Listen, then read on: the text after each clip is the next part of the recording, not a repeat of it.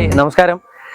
കാട്ടാൽ പുസ്തകമേള കാട്ടാക്കട എപ്പോഴും വരുമ്പോഴും നമ്മൾ കാണുന്നതാണ്. കാട്ടാൽ പുസ്തകങ്ങൾ ഒരുപാട് വർഷം ഇവിടുത്തെ പ്രോഗ്രാമുകൾ കാണാനും ഒക്കെ വന്നിട്ടുള്ള ആളാണ് ഞാൻ. അപ്പോൾ ഈ വർഷം കാട്ടാൽ പുസ്തകമേളയുടെ ഭാഗമാവാൻ കഴിഞ്ഞതിൽ വലിയ സന്തോഷം. എല്ലാ മേഖലയിലുള്ള ആൾക്കാരും, എല്ലാ മതത്തിലുള്ള ആൾക്കാരും, എല്ലാ ആൾക്കാരും ചേർന്ന് ഒരുമിച്ച് ആഘോഷിക്കുന്നത് കാട്ടാൽ പുസ്തകമേളയായിരിക്കും. നമ്മളിപ്പോൾ എനിക്ക് തോന്നുന്നു തിരുവനന്തപുരം വിട്ട് തന്നെ പല ജില്ലകളിൽ നിന്നും ഒക്കെ ഉള്ള പ്രമുഖരായ വ്യക്തികളും പ്രശസ്തരായ വ്യക്തികളും വന്നു പോയിട്ടുള്ള ഒരു വേദിയാണ് കാട്ടാൽ പുസ്തകമേള. അപ്പോൾ കാട്ടാൽ പുസ്തകമേള വീണ്ടും ഒരു പുതിയ എഡിഷനായിട്ട് വന്നിരിക്കുകയാണ്.